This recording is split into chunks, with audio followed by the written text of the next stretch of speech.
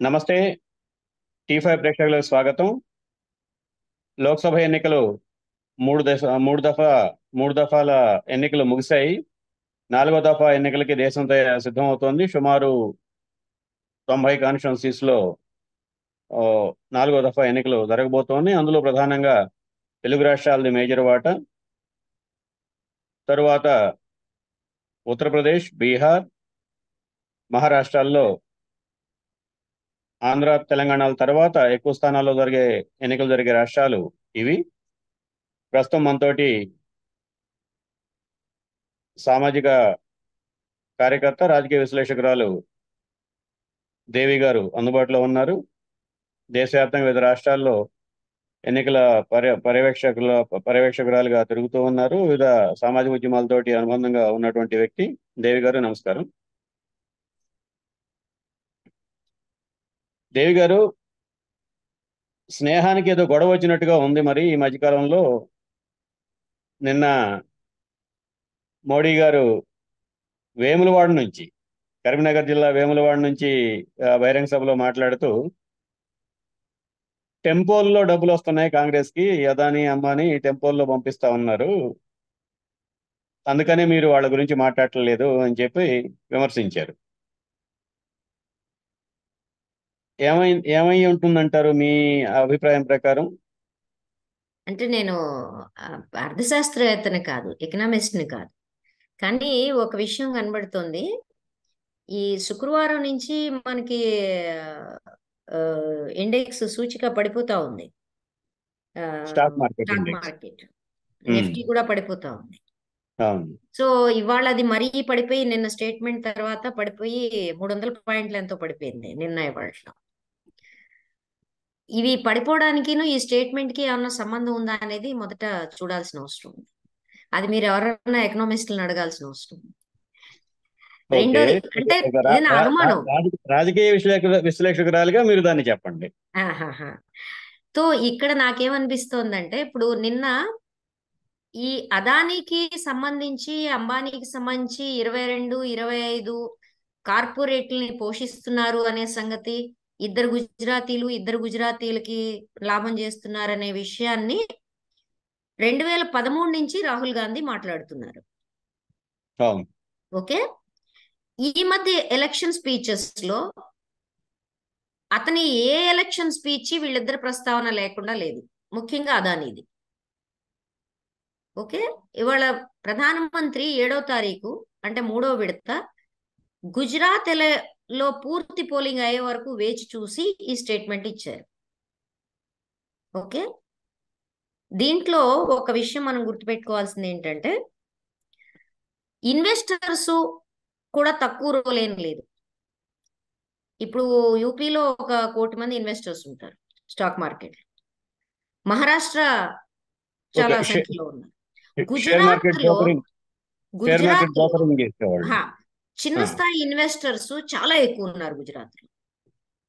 So ఇది కొంత వేచి చూసి గుజరాత్ వరకు నాకు సేఫ్ అయిన తర్వాత, ఇది 7వ తారీఖునో 6వ తారీఖునో స్టేట్మెంట్ ఇచ్చుంటే గుజరాత్ పోలింగ్ మీద ఇది ఏ రకమైన ప్రభావం చూపించదో చెప్పడం కష్టం. నేను అనుకోవడం చాలా నెగిటివ్ ఇంపాక్ట్ చూపించుండేది. ఆ దృష్టి నుంచి కూడా మనం ఆలోచించాలి. ఒకటి. రెండో దృష్టి ఏంటి అంటే, జీటీవీ నుంచి మీడియా ఏదైతే ఉందో అది స్లోగా తనని తాను మోషాల యొక్క నాయకత్వం నుంచి దూరం చేసుకోవడం కనపడుతోంది. ఈ నెట్వర్క్ అంతా దూరం అవుతుందంటారా బీజేపీకి? ఈ నెట్వర్క్ లో కూడా మీరు చూస్తే డైరెక్ట్ లైవ్ ప్రసారాలు ఆపేశారు. మోడీ యొక్క లైవ్ ప్రసారాలు యాజ్ ఇట్ ఈజ్ ఇవ్వడం ఆపేశారు. ఎక్కువ ఛానల్స్ లో ఆపేశారు. అట్లనే యాజ్ ఇట్ ఈజ్ వేయక్కర్లేదు అనే ఇన్స్ట్రక్షన్స్ కూడా వాళ్ళకి వచ్చినాయి అని చెప్తున్నారు మిత్రులు. ఇక్కడ ఆచితూచి అడుగులేయండి అని చెప్తున్న పరిస్థితి. అంటే గుండు గుత్తగా ఏదొస్తే అది గుడ్డిగా వేసేయకుండా కొంచెం ఆచితూచి వెయ్యండి అని వచ్చింది కూడా కనబడుతోంది. ఇప్పుడు జీ న్యూస్ నెట్వర్క్ గురించి మాట్లాడారు కాబట్టి ఒక చిన్న ప్రస్తావన. ఈ మధ్య జీ న్యూస్ అధినేత సుభాష్ చంద్ర ఒక ట్విట్టర్ పెట్టాడు. రావణాసురుడు చనిపోయేటప్పుడు ఆయన నా రాముడే ఈయన, రాముడికి నాకు తేడా ఏమిటంటే ఇద్దరు జ్ఞానవంతులమే, అయితే నాకు అహంకారం, నా జ్ఞానంతో కూడిన అహంకారం ఉంది, ఆయనకి అహంకారం గురించినటువంటి జ్ఞానం ఉంది. అది మా ఇద్దరి మధ్య తేడా. కాబట్టి అహంకారాన్ని, ఎంత జ్ఞానవంతుడైనా సరే, ఎంత మేధావైనా సరే, అహంకారాన్ని దగ్గరకు రానిస్తే పతనం అవటం తప్పదు అన్న సందేశం ఇస్తున్నాడు. ఎవరి గురించి అంటారు? అది ఆయన అడగడం మంచిది. కానీ మనందరికీ తెలుసు, అహంకారం హద్దులు దాటిన వ్యక్తి, నార్సిస్టిక్ వ్యక్తి ఈ దేశంలో ఒకళ్ళే కనబడుతున్నారు. నేను తప్ప కెమెరాలో కనపడకూడదు, నేను మాత్రమే ప్రతి చోట ఉండాలి, కనీసం బాడీ గార్డులను కూడా కెమెరాలకు రానియకుండా ఉండే వ్యక్తి ఎవరు చెప్పండి మీరు? సో దాన్ని బట్టి మీరు అంచనా వేసుకోవచ్చు. అది అది నిర్ధారించుకోవాలంటే కేదార్నాథ్ గుహల్లో నుంచి ఫోటోలన్నీ బయట తీస్తే ఇంకా బాగా స్పష్టంగా అర్థం అవుతుంది. కాబట్టి కాబట్టి ఇప్పుడు ఆయన ప్రస్తావించే వ్యక్తి ఎవరో మనందరికీ తెలుసు. ఎందుకంటే అంతకు ముందు ఆయన ఇచ్చిన ఇంటర్వ్యూలో ప్రెస్ ఫ్రీడమ్ కి ప్రమాదం ఏర్పడిందని మొదటిసారి 10 ఏళ్లలో గుర్తించాడు ఆయన. అవును. ఇవన్నీ ఊరికే గాలిలో రావు. గాలి ఎటువైపు మల్లుతోందో ఒక అంచనా ఉన్నప్పుడు, లేకపోతే ఆ భయం ఉన్నప్పుడు ఎందుకైనా మంచిదని తీసుకునే ముందు జాగ్రత్తలు ఇవి. అంటే దీన్ని ఇంకో కోణంలో కూడా చూడొచ్చేమో కదా. అంటే ఇప్పుడు దేశవ్యాప్తంగా ఆయన ప్రచారం చేస్తున్నారు. ఇదే విషయం వాస్తవం అయ్యి ఉంటే, నిజంగా ప్రచారానికి అర్హమైనటువంటి అంశం అయ్యి ఉంటే ఆయన ఏ క్యాంపెయిన్లో అయినా చెప్పుండొచ్చు ఈ 3 దశల్లో. కానీ తెలంగాణలో చెప్పారు. దీనికంటే ముందే ఇంకొక ఇన్సిడెంట్ జరిగింది, అది కూడా గుర్తు చేస్తాను మీకు. నవికా కుమార్కి ఇచ్చినటువంటి ఇంటర్వ్యూలో తెలంగాణ ముఖ్యమంత్రి రేవంత్ రెడ్డి గారు ఆవిడ ఒక ప్రశ్న వేస్తుంది. ఈయన అంబానీ అదానీలకి మీరు అన్నట్టు ఇద్దరు గుజరాతీలు సహకరించుకుంటున్నారు, పరస్పరం ఆ, ఇచ్చిపుచ్చుకుంటున్నారు అని చెప్పినటువంటి వ్యాఖ్య చేసిన తర్వాత, మీ రాష్ట్రంలో కూడా అదానీని ఆహ్వానించి పెద్ద ఎత్తున పెట్టుబడులు పెట్టిస్తున్నారు కదా అని నవికా కుమార్ అడుగుతుంది. దానికి రేవంత్ రెడ్డి ఇచ్చినటువంటి సమాధానం ఏంటంటే, అవును, నా రాష్ట్ర అభివృద్ధి కోసం పెట్టుబడులు కావాలి కాబట్టి పెట్టుబడులు పెట్టిస్తున్నాను. అంత మాత్రం నా రాష్ట్రంలో ఉన్నటువంటి ఏ సహజ సంపదని నేను అదానికి అమ్మలేదు. యాజ్ అని జవాబు ఇన్వెస్టర్గా ఇచ్చారు. ఇన్వెస్టర్గా నేను ఫెసిలిటేట్ చేస్తున్నాను అని చెప్పి అన్నారు. బహుశా ఇది ట్రిగ్గర్ అయి ఉంటుందంటారా ఇమీడియట్ గా? గత 2-3 నెలల కాలంలో నేను అది అనుకోవట్లేదు. నేను 7వ తారీఖు ఎలక్షన్స్ అయ్యే వరకు ఎదురు చూశాడు అనేది ఒకటి. రెండోది రెండోది ఇక్కడ నెక్స్ట్ విడత జరగనున్న ఎన్నికల్లో ఒడిస్సా, తెలంగాణ, తెలుగు రాష్ట్రాలు, అఫ్ కోర్స్ కొంత part of Maharashtra and UP ఇవన్నీ ఉన్నాయనుకోండి. కానీ మెయిన్ గా జార్ఖండ్, ఒడిస్సా, తెలుగు రాష్ట్రాలు, వీటిల్లో ఇవన్నీ అపోజిషన్ కి సంబంధించిన, లేకపోతే అతనికి సంబంధించిన friendly alliance, non friendly alliance ఏదో అక్కడ నడుస్తూ ఉంది. అంటే on and of non friendly alliance అంటే బీఆర్ఎస్ మాదిరిగా. సో ఈ నేపథ్యంలో అతను ఒకటి సందేశం, నన్ను కాదనుకొని నా రైవల్ గవర్నమెంట్ ఉన్న చోట నువ్వు పెట్టుబడులు పెట్టడం కుదరదు. మహారాష్ట్ర విషయంలో అదే కదా జరిగింది. ఆ రకమైన వార్నింగ్ ఇద్దరికి ఇవ్వడం. దాంతో పాటే దీని అంతటికంటే ముఖ్యమైన విషయం నేను అనుకుంటుంది, రాహుల్ గాంధీకి లేకపోతే ప్రతిపక్షాలకి, ఏ రకమైన ప్రతిపక్షం, ఇండియా అలయన్స్ లోని ఏ ప్రతిపక్షానికి కూడా ఏ రకమైన సహాయం మీరు చేసినా మీరు కాసుకుని ఉండండి, మళ్ళీ నేను వస్తున్నాను అని వార్నింగ్ అని నేను అనుకుంటున్నాను. వార్నింగ్ ఎందుకు? ఎందుకంటే ఇప్పుడు వీళ్ళు కార్పొరేట్స్ కి దోస్తులు దుష్మన్లు ఉండరు. వాళ్ళకి లాభం ఒకటే ఉంటుంది. ఈ లాభంలో నెక్స్ట్ కాంగ్రెస్ గవర్నమెంట్ వచ్చినప్పుడు మనకి ఇబ్బంది అవుతుంది, ఇక్కడ వీళ్ళ భుజాన మోస్తే ఇప్పుడు అనుకున్నప్పుడు, ఇదివరకు వాళ్ళు ఒక పక్కకు బాగా వంగిపోయారు కాబట్టి బ్యాలెన్స్ చేయడానికి కొంత ప్రయత్నం మీడియా ద్వారా వీళ్ళు ఏమైనా చేస్తున్నట్టు కనపడుతోంది. కాబట్టి బ్యాలెన్స్ చేయడంతో పాటు నాకు తెలియకుండా మీరు ఎక్కడన్నా ఫండ్స్ ఇస్తే, ఎందుకంటే కాంగ్రెస్ ఫండ్స్ అని ఫ్రీజ్ చేసేసి వాళ్ళు కదలకుండా మెసలకుండా చేశాం కదా, యాడ్స్ లేకుండా వాళ్ళు సభలు కూడా పెట్టుకొని పరిస్థితి కల్పించాం కదా, వాళ్ళకి ఫ్లైట్ ఛార్జీలు కూడా ఎవడివ్వాలనే దశలోకి వచ్చారు. వాళ్ళు ఫ్రీజ్ చేసి నేను ఎకనామిక్ గా వాళ్ళని ప్యారలైజ్ చేసేస్తే, మీరు నా వెనక నుంచి ఫండ్స్ ఇస్తున్నారా, వాళ్ళకి ఇవ్వదలుచుకున్నారా, ఇచ్చినా ఇవ్వదలుచుకున్నా మీ సంగతి తర్వాత చూస్తా అనే వార్నింగ్ ఇది.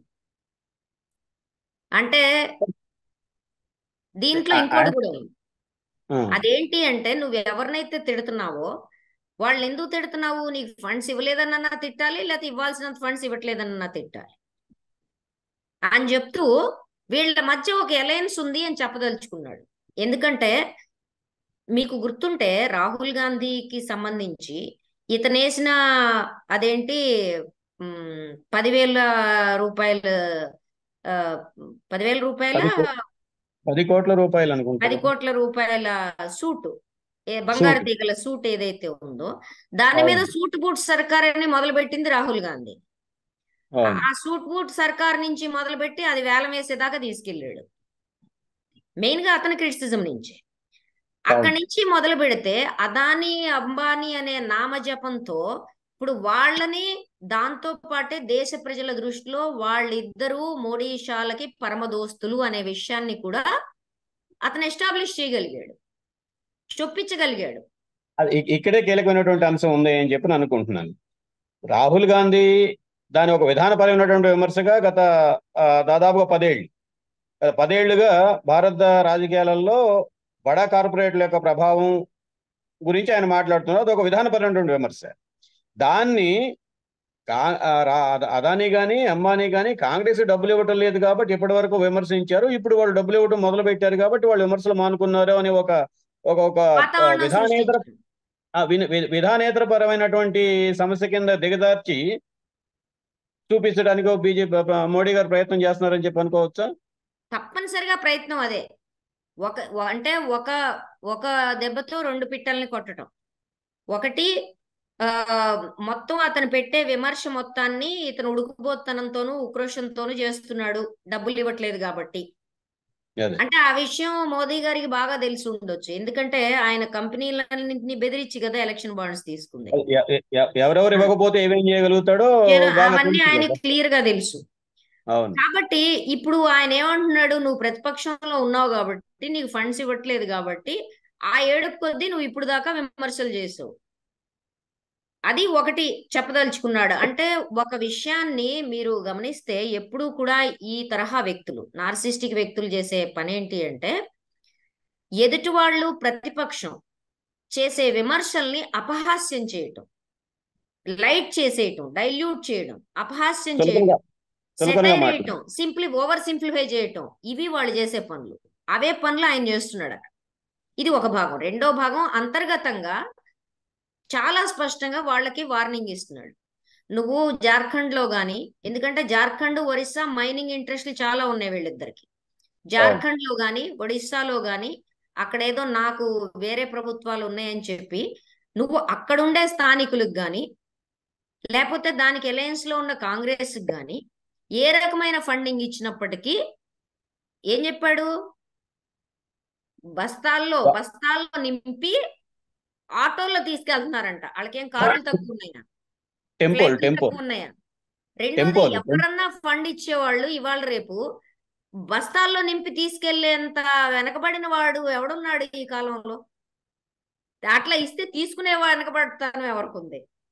ఆ? అంటే ఈ ఈ ఈ ఈ మాట చెప్పడం ద్వారా మోడీ గారు ఇంకొక విషయాన్ని ఒప్పుకుంటున్నాడేమో. తాను 2017లో నల్లధనాన్ని నిర్మూలించడం కోసం పెద్ద నోట్ల రద్దు అని చెప్పి వచ్చాడు. నల్లధనాన్ని నిర్మూలించడం కోసం ఎన్నికల బాండ్లు అని చెప్పి తీసుకొచ్చారు. ఇన్ని చేసిన తర్వాత కూడా బస్తాలలో డబ్బులు నింపుకొని డబ్బులు పోతున్నారు బతికే అని ఉన్నాయని లెక్క. అంటే నల్లధనం ఆయనే బతుకుంది. ఒప్పుకున్నాడు. ఆయనే ఒప్పుకున్నాడు, నల్లధనం ఉంది, నేను ఇంకా నిర్మూలించలేకపోయాను, అది వీళ్ళిద్దరి దగ్గరే ఉందని. వీళ్ళిద్దరి దగ్గర వాళ్ళిద్దరి ఉంది, దగ్గర వాళ్ళు పంచుతున్నారు. ఇద్దరి దగ్గర ఉందనేది నిజమే, గానీ వాళ్ళిద్దరూ బస్తాల్లో వేసుకుని తిరగట్లేదు అనేది కూడా ఒక వాస్తవం. కరెక్ట్. మీరు ఈ ఇదొకటి. మధ్యలో ఎన్నికల బాండ్ల గురించి ప్రస్తావించారు. ఆ, ఆ ఎన్నికల బాండ్లకు సంబంధించి ఒక గమ్మత్తైనటువంటి కంపారిజన్ ఇక్కడ ఉంది. సుప్రీంకోర్టుకు నిన్నటి వరకు అరవింద్ కేజ్రీవాల్కి బెయిల్ ఇస్తుంది అని చెప్పి అందరూ ఆశించారు, అది చేసినటువంటి వ్యాఖ్యలను బట్టి, సుప్రీంకోర్టు డివిజన్ బెంచ్ చేసినటువంటి వ్యాఖ్యలను బట్టి. కానీ అల్టిమేట్ గా బెయిల్ ఇవ్వడానికి సుప్రీంకోర్టు సిద్ధపడలేదు. కవిత బెయిల్ రాలా. కానీ రాఘవ, మాగుంట రాఘవ ఎవరైతే ఈ అప్రూవర్ గా మారి తన ఫోన్లో ఉన్నటువంటి కరస్పాండెన్స్ అని చెప్పి చెప్తున్నారో, ఆ కరస్పాండెన్స్ మొత్తం ఈడీ వాళ్ళకి, ఎన్ఫోర్స్మెంట్ డైరెక్టరేట్ వాళ్ళకి, సిబిఐ వాళ్ళకి అందించాడు. తద్వారానే కవిత గురించి లేదంటే అరవింద్ కేజ్రీవాల్ గురించి వివరాలు బయటకు వచ్చాయి అన్నటువంటి వార్తలు ఉన్నాయి మార్కెట్లో. అటువంటి రాఘవకి బెయిల్ వచ్చింది. ముద్దాయి ప్రధానమంత్రి గారు బీజేపీ నాయకత్వం కూడా వాడారు. ఢిల్లీలో లేదంటే నార్త్ ఇండియాలో లిక్కర్ పాలసీని సౌత్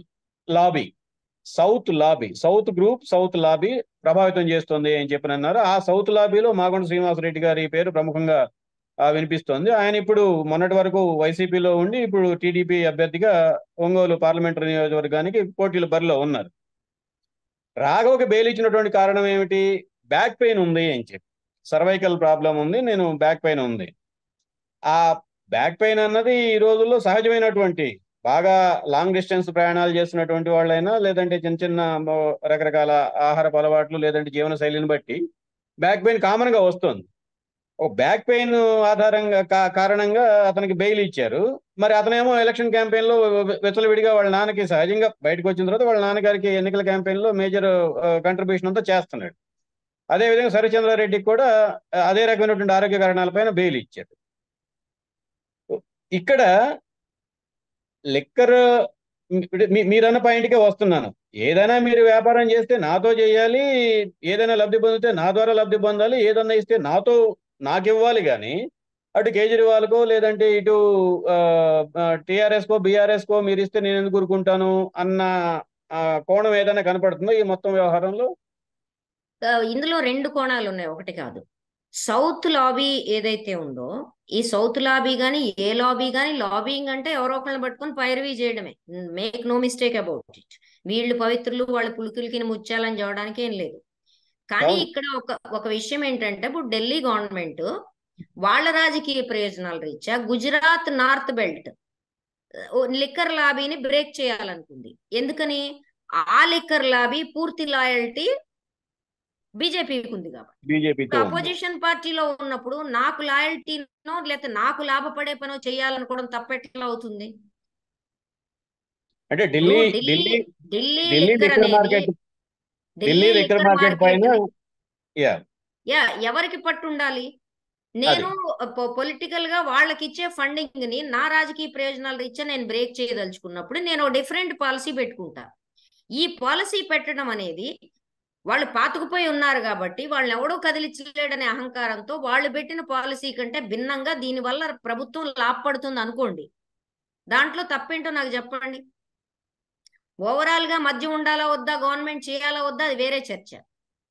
కానీ రాజకీయంగా చూసినప్పుడు ఆపు ప్రభుత్వం తీసుకున్న ఈ లాజిక్ లో ఒక రాజకీయ ప్రయోజనం ఉంది. ఆ రాజకీయ ప్రయోజనం తప్పడానికి ఎవరికి హక్కు లేదంటున్నాను.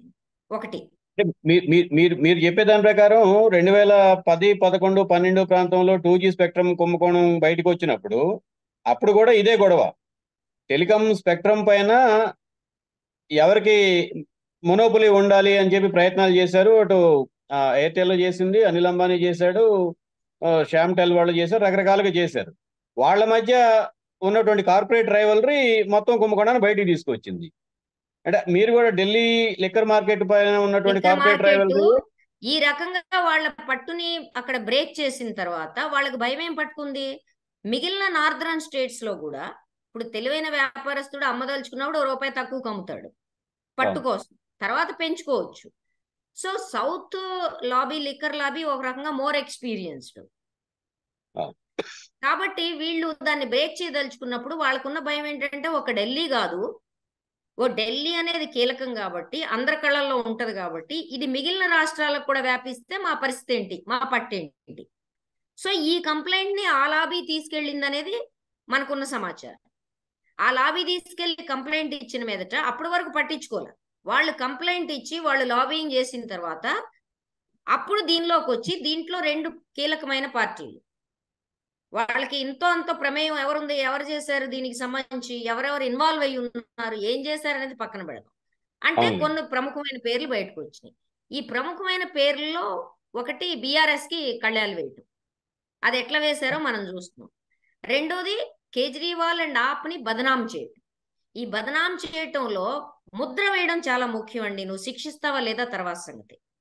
ముద్ర వేయడం ఏంటి? ఏ కేజ్రీవాల్ అయితే అవినీతికి వ్యతిరేకంగా ఒక పెద్ద క్యాంపెయిన్ నడిపి పూర్తి పులుకుడిగిన ముత్యం లాగా ఢిల్లీలో నేను ఉన్నాను అని చెప్పుకుంటున్న కేజ్రీవాల్ని ఇతను కూడా అవినీతి పరుడే అని ఇంత పెయింట్ వేసేస్తే, బ్లాక్ పెయింట్, అప్పుడు నీతి నియమాల గురించి మాట్లాడే వాళ్ళు ఎవరు ఉంటారు కదా. ఈ పెయింట్ వేయటం, ముద్రలు వేయటం అంటే ఈ ఇమేజ్ కి బిల్డప్ చేయడం చాలా ముఖ్యం. ఆ కేసు నిలబడుతుందా లేదా అనేది అసలు ఇందులో ఇర్రెలవెంట్. వాళ్ళు 2G కేసు నిలబడలేదుగా. కేసు ఏది నిలబడదు, కేసు ఏది నిలబడదు.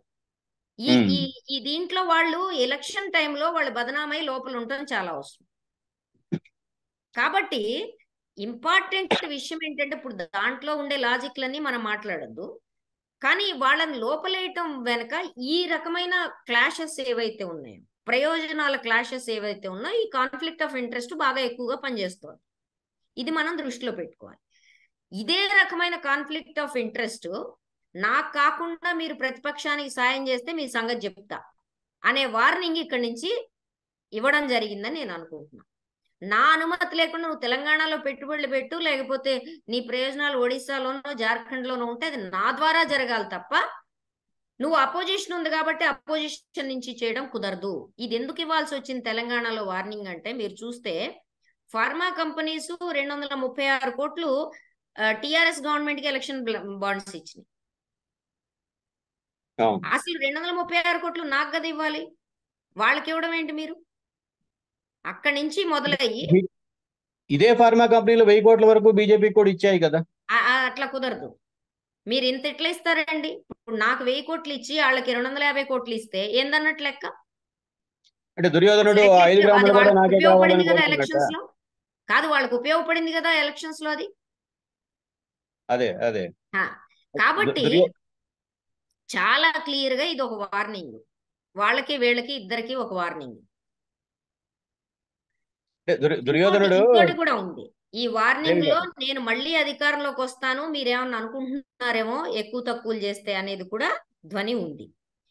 అయితే ఇక్కడ ఒక విషయం మీరు దృష్టిలో పెట్టుకోవాలి. వాళ్ళు ఎంత గంభీరంగా మేకపోతు గాంభీర్యం వహించాలని చూస్తున్నప్పటికీ హర్యానా, యూపీ ఈ రెండిటి పరిణామాలు ఈ 2 రోజుల్లో జరిగినాయి మనం దృష్టిలో పెట్టుకోవాలి. 8వ తారీఖు దీనికి లింక్ ఉంది. అక్కడికే వస్తున్నాను. ఉత్తరప్రదేశ్ లో మొత్తం 2 దఫాలుగా బీజేపీని అధికారాన్ని తీసుకురావడంలో ఉత్తరప్రదేశ్ కీలకమైనటువంటి పాత్ర పోషించింది.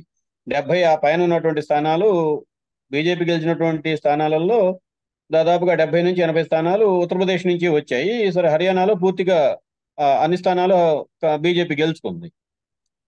ఉత్తరప్రదేశ్లో అంతో ఎంతో బలమైనటువంటి ఒక ఓట్ బ్యాంక్ ఉన్నటువంటి పార్టీగా బీఎస్పీ ఉంది.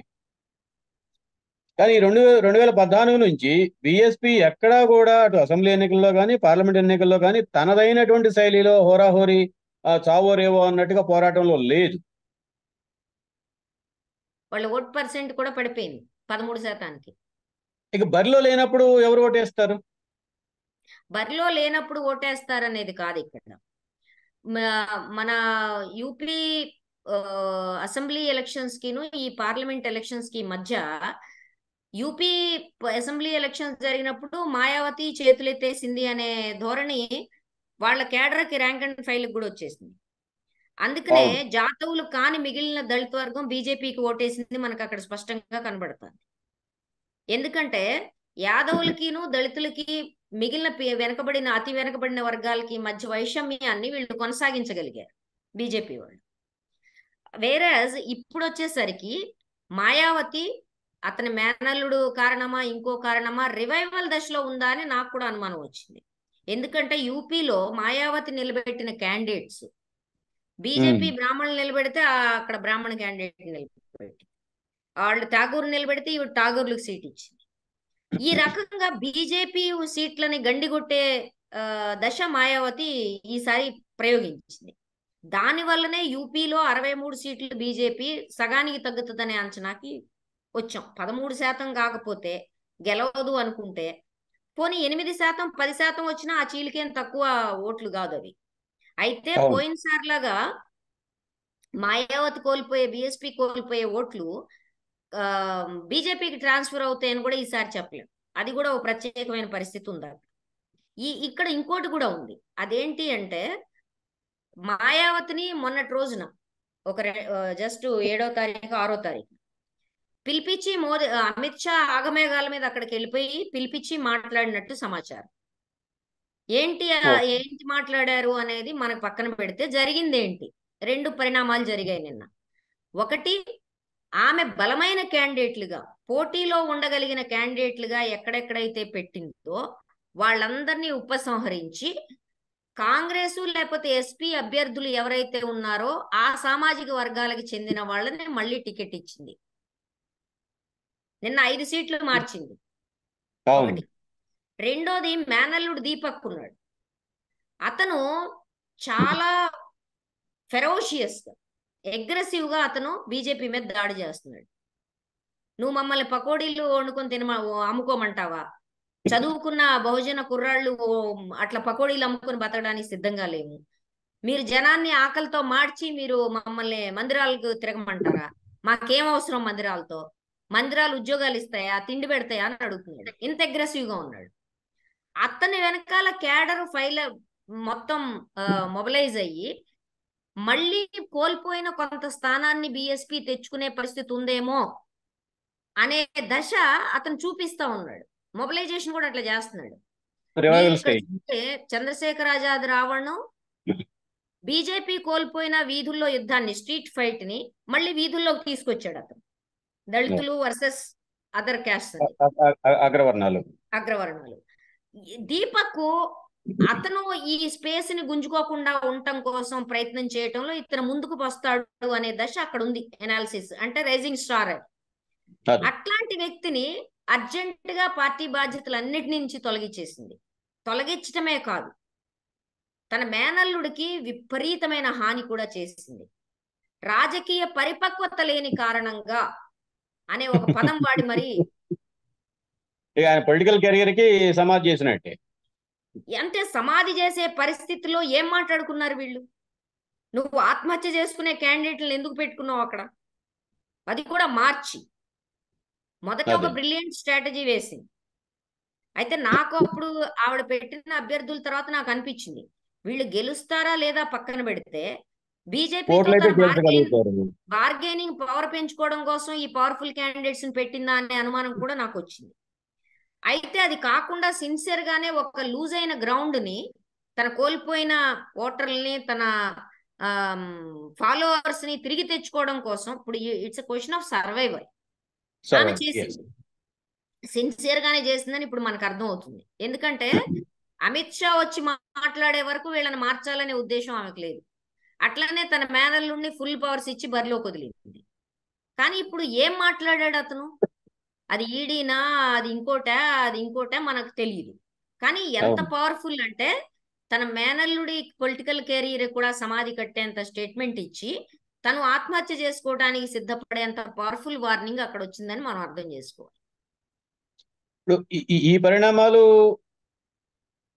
ఒక విషయం దీని కొనసాగింపులో ఇంకో విషయం. నేను గతంలో మాట్లాడినప్పుడు ట్యాగూర్ల తిరుగుబాటు, ట్యాగూర్లు, జాట్లు, రాజపుత్రుల తిరుగుబాటు, ఈ తిరుగుబాటుకి సంబంధించి కూడా బెంగళూరులో కూర్చుని అమిత్ షా రాజా భయ్యా నుంచి, అతను పవర్ఫుల్ ఠాకూర్ లీడర్, ప్రతాప్ సింగ్, తర్వాత కిషోర్ సింగ్, వీళ్ళందరినీ ఒక 5-6 పిలిపించుకొని మరీ మాట్లాడాడు. అప్పటి వరకు ఉప్పు మీద ప్రమాణాలు ఏవైతే చేశారో వీళ్ళు గమ్మున వెళ్ళిపోయి ఇప్పుడు ఎవరికి చేస్తున్నారనేది పక్కన పెడితే ఆ వాయిస్ రేజింగ్ అనేది ఆగిపోయింది. యాక్టివ్ గా లేరు రాజకీయ రంగంలో. యాక్టివ్ గా లేకపోవడం ఒకటే కాదు, వాళ్ళు బీజేపీకి చేయకపోతే మీ సంగతి చూస్తానన్న వార్నింగ్ ఏదో వెళ్ళింది. సో ఒక రకంగా జాట్, ట్యాగూర్ లీడర్స్ అందరినీ వార్నింగ్ ఇచ్చారు. వాళ్ళకి ఇదివరకు యోగి బ్యాకప్ ఉంది, వీళ్ళందరూ యోగి మనుషులు. ఈ బ్యాకప్ నుంచి అంటే యోగి మిమ్మల్ని కాపాడలేడు అనే వార్నింగ్ ఇచ్చాడు. ఇక్కడ మీరు ఒక విషయం అర్థం చేసుకోవాలి, వార్నింగ్ ఇచ్చి నువ్వు కింద స్థాయి లీడర్స్ ని నోరు మూపించగలుగుతావు, యోగి వీటిని ప్రభావితం చేయకుండా ఎట్లా ఆపగలుగుతావు? ఎంతమంది లీడర్స్ నువ్వు తీసుకొచ్చి మాట్లాడగలుగుతావు యోగి ట్యాగూర్ వర్గం నుంచి? ఇప్పుడు యోగిని నువ్వు తీసేస్తావు పదవి నుంచి నువ్వు గెలిస్తే అనేది పూర్తిగా పాకిపోయింది అక్కడ. Deputy okay. సీఎంలు అమిత్ షా చెప్తే వింటారు. ఈవెన్ చీఫ్ సెక్రటరీ నువ్వేది చెప్తే అది వింటాడు. సగం మొత్తం పరిపాలన నువ్వు నడిపిస్తా అంటివి. ఇంకోటి అవును. కూడా మీరు చూస్తారు, గతంలో ఎప్పుడూ లేనిది ఈ మధ్య ఒక వారం రోజుల నుంచి ప్రతి మీటింగ్ లో రాజ్నాథ్ సింగ్ ఉంటున్నాడు, మోడీ పక్కన అమిత్ షా పక్కన. గతంలో రాజ్నాథ్ సింగ్ ఈ వేదిక పంచుకోవడం కనపట్ల. ఇదెందుకు జరిగింది అని మన యూపీ మిత్రులను అడిగితే వాళ్ళు చెప్తున్నారు, రాజ్నాథ్ సింగ్ ఈ జాట్, ఈయన ట్యాగూరు, ఇద్దరు దగ్గర దగ్గర కులాల వాళ్ళు. అంటే అవును. ఒకే కులంలో రెండు శాఖలు అనుకోరాదండి. వాళ్ళు చేతులు కలిపితే, అసలు వాళ్ళిద్దరూ చేతులు కలిపితే యూపీలో మోడీ షాల్ అవుట్. యూపీ ఎందుకంత కీలకం? యూపీలో 60 సీట్లు రాకుండా ఎవరో ప్రధాని అయ్యే అవకాశం లేదు. 60 సీట్లు రాకుండా చేయటం కోసం యోగి సిద్ధంగా ఉన్నాడు. ఇవాళకి కూడా చెప్తుంది ఏంటంటే, యోగి తలుచుకుంటే 50-55 మధ్య వస్తాయి. యోగి కాలడ్డం పెడితే అది 30-35 మధ్యకి దిగజారిపోద్ది అనేది పడిపోతుంది. ఫీల్డ్ అంచనా. అట్లనే రాహుల్ గాంధీ రాయబరేలీ రావడం వల్ల కూడా సమీకరణలో తేడాలు వచ్చినాయి. ఈ ప్రభావం ఓకే. కూడా ఓటింగ్ మీద ఉంటది. వీటన్నిటి నేపథ్యంలో యూపీని మేనేజ్ చేయడం అనే విషయం మీద, యూపీ ఎలక్షన్ చిత్రం చేజారిపోతుందనే భయం కొద్దీ జరిగిన పరిణామం ఏంటి అంటే, మిగిలిన చోట్ల ఏదన్నా ఎత్తుకుందామా అనే పరిస్థితుల్లో ఈ వార్నింగ్ ఎల్లుండొచ్చు. ఇది ఒక అంచనా.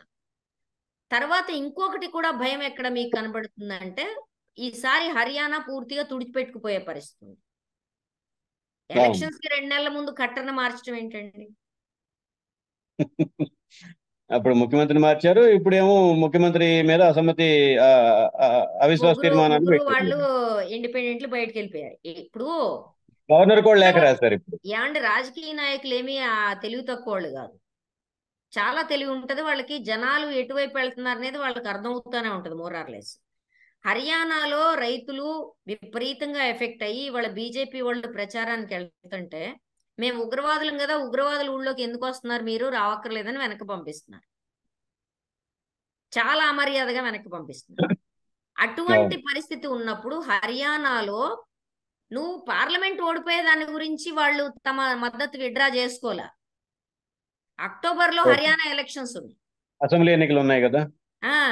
అసెంబ్లీ ఎన్నికలు ఉన్నాయి కాబట్టి వీళ్ళు చెప్పడం కోసం, ఏది బాబు మేము అసలు రైతులతోనే ఉన్నాము, బీజేపీతో లేము, కనీసం రైతులతో ఉన్నాం కాకపోయినా బీజేపీతో లేము అనే మెసేజ్ పంపదలుచుకున్నారు. దుష్యంత్ చౌతాలా కూడా వాళ్ళ స్టేట్మెంట్ ఇచ్చాడు వాళ్ళ పొద్దున, నిన్న ఇచ్చాడు, అది వాళ్ళ పేపర్లో వచ్చింది. ఏంటది? నేను కాంగ్రెస్ కి అవసరం అయితే మద్దతు ఇస్తాను, హుడా సిద్ధమైతే నేను, భూపేంద్ర హుడా సిద్ధమైతే నేను మద్దతు ఇస్తాను అని చెప్పి అన్నాడు. దానికి బదులుగా హుడా ఏమన్నాడు, ముందు గవర్నర్కి లేఖ రాయండి, అధికార పక్షం గవర్నర్ని డిమాండ్ చేశాడు, మీరు విశ్వాస తీర్మానం కోసం అసెంబ్లీ జరపండి అని. ఈవేళ దుష్యంత్ చౌతాలా లేఖ రాశాడు, మేము మద్దతు ఉపసంహరించుకున్నాము, అఫీషియల్ గా మీకు కమ్యూనికేట్ చేస్తున్నాము, ప్రభుత్వం మైనారిటీలో ఉంది, బల పరీక్షకు పిలిపివ్వండి అని చెప్పి కూడా ఆయన రాశాడు. ఈ 2 రోజులు జరిగినటువంటి పరిణామాలు. లెటర్ రాసిన తర్వాత కూడా సేని మేము మైనారిటీలో లేము అని చెప్పాడు. దుష్యంత్ చౌతాలా తన ఎమ్మెల్యేలందరికీ వార్నింగ్ ఇచ్చాడు, ఎవడన్నా అటు ఇటు జంప్ అవుదాం అనుకుంటున్నారేమో, నేను ఆల్రెడీ విప్ జారీ చేశాను, డిస్క్వాలిఫై చేసి పడేస్తానని. అట్లనే కాంగ్రెస్ వాళ్ళు కూడా అదే పని చేశారు. అంటే ఎవరి జాగ్రత్తల్లో ఎవరి తలుపులు వాళ్ళు, దొడ్డి తలుపులు వాళ్ళు మోస్తున్నారు, గొర్రెలు బయటకు వెళ్లకుండా. ఈ నేపథ్యంలో మనం అర్థం చేసుకోవాల్సింది ఏంటి అంటే, ఈ గాలి ఎటు వీస్తుంది అనే దాని మీద ఇది ఆధారపడింది. నీకు ఇవాళ నెగిటివ్ పవనాలు, పూర్తి ప్రతికూల పవనాలు హర్యానాలో బీజేపీకి వీస్తున్నాయి కాబట్టి, పోయినసారి 9 సీట్లకి 9 ఆళ్లే గెలిచారు. అవును అవును. ఈసారి ఆ పరిస్థితి లేదు కాబట్టి విపరీతమైన వ్యతిరేకత, హర్యానాని కోల్పోతామనేది వచ్చేసింది వాళ్ళకి. కాబట్టి హర్యానా, అవును హర్యానా లేదు, గుజరాత్ కూడా నువ్వు 2-3 సీట్లు తన్నేస్తాయని లేటెస్ట్ అంచనాలు చెప్తున్నాయి. రాజస్థాన్ సగం సగం, కర్ణాటక సగం సగం, తెలంగాణ గతంలో వచ్చినవి కూడా రావు, దక్షిణాది సాఫ్.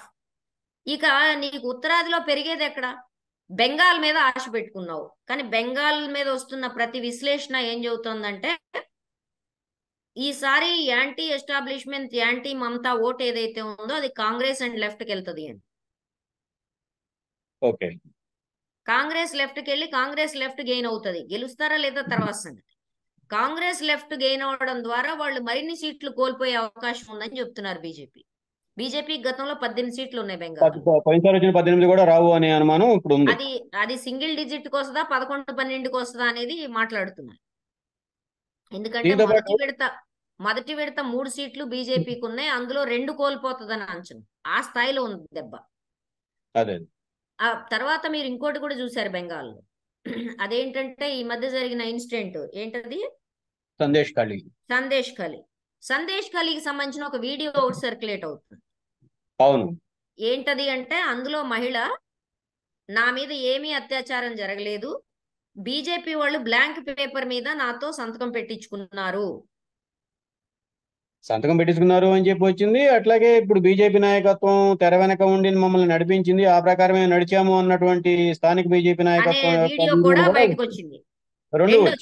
రెండు వచ్చాయి. అయితే ఇవాళ కొంచెం పేపర్లో ఒక మూలని ఇదేశారు ధైర్యం చేసి, ఏంటి ఈ రకమైన సందేశ్ ఖలీ మీద వస్తున్నాయి అని చెప్పి, అంటే కొంచెం ధైర్యం పుంజుకుంటున్నారు. ఈ నేపథ్యంలో బెంగాల్ విషయంలో విపరీతమైన మచ్చి, ముసల్మాన్, మొగలాయి ఈ వీటి మీద జరిగిన చర్చ మీరు చూసారు. ఆ డ్యామేజ్ కంట్రోల్ పోగా ఇప్పుడు ఈ డ్యామేజ్ ఎక్కువైంది. అంటే మీరు ఇన్స్టిగేట్ చేసేది మీరు తయారు చేస్తారు భూమికని, సమస్యని, తర్వాత మాట్లాడేది మీరే అనేది పెద్ద ఎత్తున అక్కడ ప్రచారం డ్యామేజింగ్ జరుగుతా ఉంది. నిప్పెట్టేది మీరే, నీళ్ళు పోసేది మీరే అన్నట్టు. కానీ దీంట్లో 35 సీట్లు వస్తాయని స్టేట్మెంట్ ఇచ్చాడు 10 రోజుల క్రితం బెంగాల్ వెళ్ళి అమిత్ షా. 35. అవును. అక్కడ ఎవరిని అడిగినా 35 కాదు, వాళ్ళు ఉన్న 18 కూడా నిలబెట్టుకోలేరని ఘంటాపదంగా చెప్తున్నారు. అయితే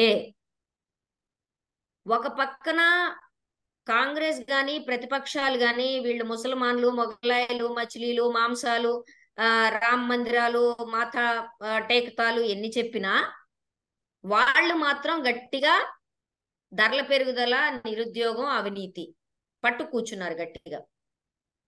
దాంతో పాటే కార్పొరేట్లకు కట్టబెట్టడం. ఈ కార్పొరేట్లకు కట్టబెట్టడంలో నేను ఒక విషయం చెప్పదలుచుకున్నా. రాహుల్ గాంధీను లేకపోతే రేవంత్ రెడ్డి కార్పొరేట్లన్నిటి దగ్గర డబ్బులు తీసేసుకొని పంచుతారు అనేది కూడా ఏం లేదు. వాళ్ళు అదేం చెప్పట్లేదు పాప. వాళ్ళకి తెలుసు వాళ్ళ పరిమితులు ఏంటో వాళ్ళకి తెలుసు. వాళ్ళు ఉన్నప్పుడే కదా అంబానీ అంత సంపద పరుడైంది. కాబట్టి ఈ పాపం ఒక మోడీదే కాదు, మోడీ నగ్నంగాను భయంకరమైన రీతిలోనూ చాలా రెట్లు ఎక్కువగాను చేశాడు. అంటే నగ్నంగా చేశాడు, వాళ్ళు ఇండైరెక్ట్ గా చేశారు. ఇదంతా దేశాభివృద్ధి పేరు మీదే జరిగింది. అది కూడా మనం దృష్టిలో పెట్టుకోవాలి. దీంట్లో వాళ్ళు ఏమంటున్నారు, మేము కొంచెం తక్కువ చేశాము, నువ్వు చాలా విచ్చలవిడిగా చేసావు, మేము ఈ విచ్చలవిడిగా చేయకుండా జనాలు తిరగబడకుండా ఉండటం కోసం, అంటే కోట్ అన్ కోట్లో మేము మీరు వాళ్ళకెంత ఇచ్చారో అంత జనానికి ఇస్తామని చెప్తున్నారు. ఇప్పుడు ఈ విషయంలో మాత్రం నిజాయితీగా మాడుతున్నారని మనం ఒప్పుకోవాలి. అంటే ఆ సంపద అంతా పనిచేస్తాము, వాళ్ళకి ఇచ్చినవన్నీ గుంజేసుకుంటాము అని చెప్పట్లేదు వాళ్ళు.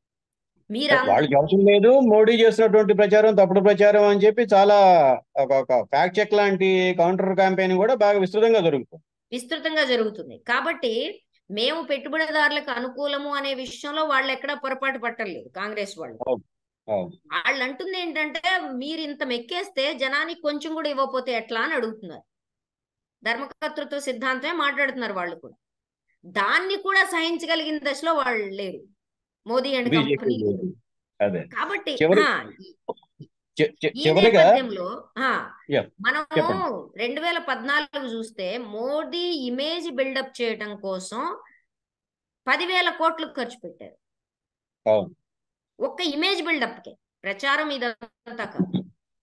అట్లనే ఆ తర్వాత కాలంలో ప్రచారానికి వాళ్ళంత ఇవ్వాల్సిన అవసరం లేకపోయింది ఒకసారి అధికారంలోకి వచ్చాయి. బేటీ పడావ్ బేటీ బచావ్ బడ్జెట్ లో 58.7% నగదు అడ్వర్టైజ్మెంట్లకి ఇచ్చారండి. ఫండ్స్ లో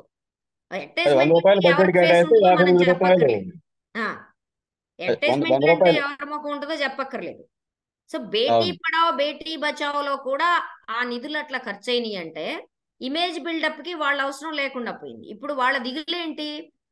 ఈ ఇమేజ్ బిల్డప్, ఇదే బిల్డప్ ని మీరు రాహుల్ గాంధీకి ఇస్తే, అంటే మోదీ కంటే ఈ ప్రభుత్వం ఎక్కువ ఉపయోగం ఉంటుందని కార్పొరేట్లు భావిస్తే మాకేంటి? కాబట్టి ఈ వార్నింగ్ వెళ్ళింది. మీరు అనుకుంటున్నారేమో మరలా నేనే వస్తాను, మీ తాడు తీస్తాను అని. అని.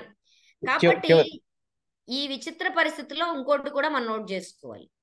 ఈ 3 విడతలు జరిగిన ఎన్నికల్లో ప్రజాభిప్రాయం ఎంత వ్యతిరేకంగా ఉన్నప్పటికీ, బీజేపీ ఓటర్లు పోలింగ్ బూత్లకు వెళ్ళనప్పటికీ, వాళ్ళ బీజేపీ యంత్రాంగం గతంలో ఉన్న యాక్టివ్గా లేకపోయినప్పటికీ ఎలక్షన్ కమిషన్ పూర్తి స్థాయిలో ఆ పనిలో ఉంది. దీనికి ఒకే ఒక ఉదాహరణ, మీకు మొదటి విడత ఎన్నికల పర్సంటేజ్ చెప్పడానికి 11 రోజులు పట్టింది, రెండో విడత చెప్పడానికి 7 రోజులు పట్టింది, మూడో విడతది ఇంకా చెప్పలేదు. దీంట్లో మీకు మొదటి విడతలో నేను గనక విన్నది కరెక్ట్ అయితే 11% ఓట్లు తేడా వచ్చింది. అంటే ఇనీషియల్ గా ప్రకటించిన దానికి ఫైనల్ గా 11 రోజుల తర్వాత ప్రకటించిన దానికి. రెండో విడతలో ఇది 7% ఉంది. ఏమండి, 1%, 2% పెరిగితే అర్థం చేసుకుంటాం. ఏకంగా 9, 10, 7 ఇదే పెరిగేది. ఏ రకంగా చెప్తారు మీరు? ఏ రకంగా సమర్థిస్తారు ఈ లెక్కని? ఇదేదైతే ఉందో ఇది చాలా ఆందోళన కలిగించే విషయం. నిన్న ఇక్కడ మహారాష్ట్రలో విమెన్ కమిషన్ సభ్యురాలు వెళ్ళి ఈవీఎం కి పూజ చేసింది. అంటే అర్థం చేసుకోండి, ఆవిడ ఎంత నమ్మకంతో నువ్వు జనం మమ్మల్ని కాపాడరు, మమ్మల్ని కాపాడేది నువ్వు మాత్రమే అని ఎంత బాగా ఆవిడ నమ్మిందో చూడండి. నమ్మటానికి ఒక కారణం ఉంటుందిగా. మధ్యప్రదేశ్ లో కూడా స్థానిక మున్సిపల్ చైర్మన్ కొడుకు, ఇది మా నాన్న ఈవీఎం రా, నువ్వెవరు ఇక్కడ వచ్చి ఓట్లు వేయడానికి, ఇది మేము తీసుకెళ్లి ఇంటి దగ్గర ఓటు వేసుకుంటామని చెప్పి తీసుకుపోయినట్టుగా కూడా వీడియోలు ఉన్నాయి. అవును, కరెక్టే కదా. మరి అది ఇప్పుడు మేము ఓటేసేది మొత్తం మాకే వేసుకుంటున్నప్పుడు పోలింగ్ బూత్ లో ఎందుకు వేయాలి? దానికి లాజిక్ ఉంది. మరి అంచేత ఈ రకమైన పరిస్థితుల్లో రాజకీయ పార్టీలు, అపోజిషన్స్ గాని లేకపోతే జనాన్ని గాని తప్పుపట్టడానికి లేదు. ఎందుకంటే సామాన్య జనం వాళ్ళ ఆకాంక్షల మేరకు వచ్చి వాళ్ళు మాక్సిమం ఓటేస్తున్నారు. వాళ్ళు ఎవరికి వేయాలో వాళ్ళకి వేస్తున్నారు, ఇష్యూస్ మీద కూడా వేస్తున్నారు. కానీ ఈ పెద్ద కానీ వెనకాల ఈవీఎంలు ఉన్నాయి. వీటి పరిస్థితి ఏంటి? ఇప్పుడు అలాంటి వాళ్ళందరం ఫీల్డ్ లో దిగిపోయినసారి మధ్యప్రదేశ్ లో కూడా చెప్పినప్పుడు నిజంగా చెప్పాలంటే ఆశ్చర్యపోయాం. 8.5% ఓట్లు తేడా వచ్చిందంటే ఫీల్డ్ రియాలిటీకిను రిజల్ట్ కి మధ్య ఏంటి? ఎవరిని అనాలి అంటే మా బుర్రలు చెడిపోయినాయా, జనాలు మాట్లాడింది కరెక్ట్ కదా, మాకేమైనా ఇల్యూజన్స్ వచ్చినాయా, ఇన్ని అనుమానాలు వచ్చినాయి. ఇప్పుడు పరిస్థితి చూస్తే ఈసారి గెలవకూడదనే వాళ్లే కనపడుతుంది.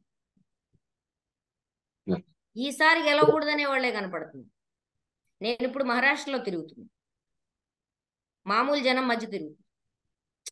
అవసరం లేదండి, మా ఉద్యోగాలు లేకుండా పోతున్నాయి.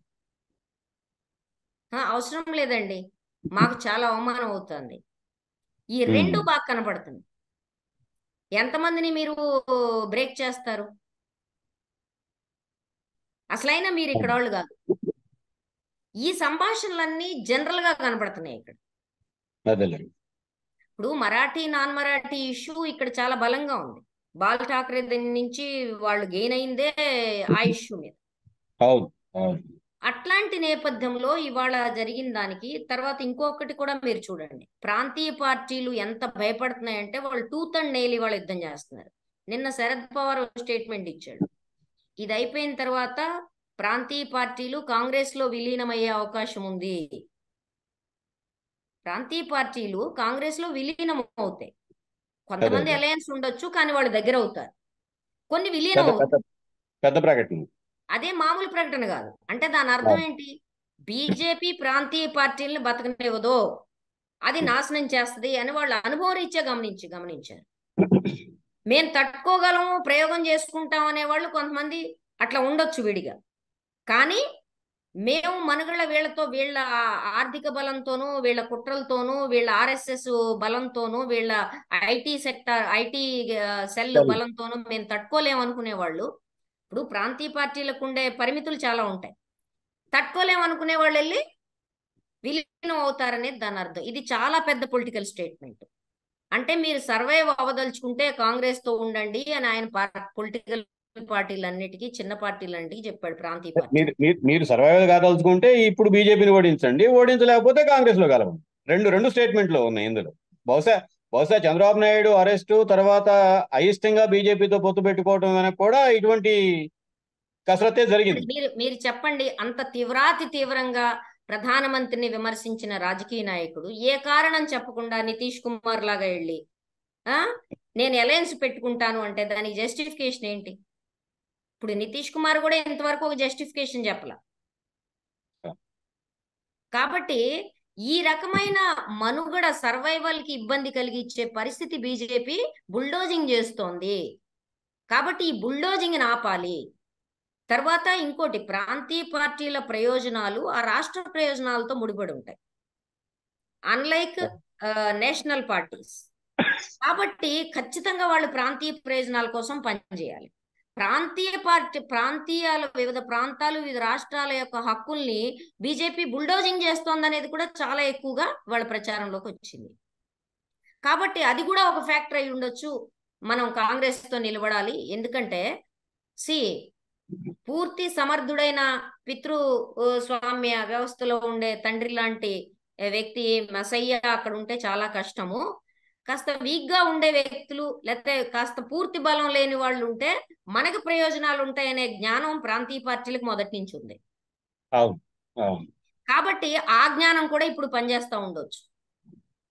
గతంలో బీజేపీతో వాళ్ళ ప్రయోజనాల రీత్యా ఒప్పందాలు, రహస్య ఒప్పందాలు, లేకపోతే డైరెక్ట్ అలయన్స్లు పెట్టుకుని ఉండొచ్చు.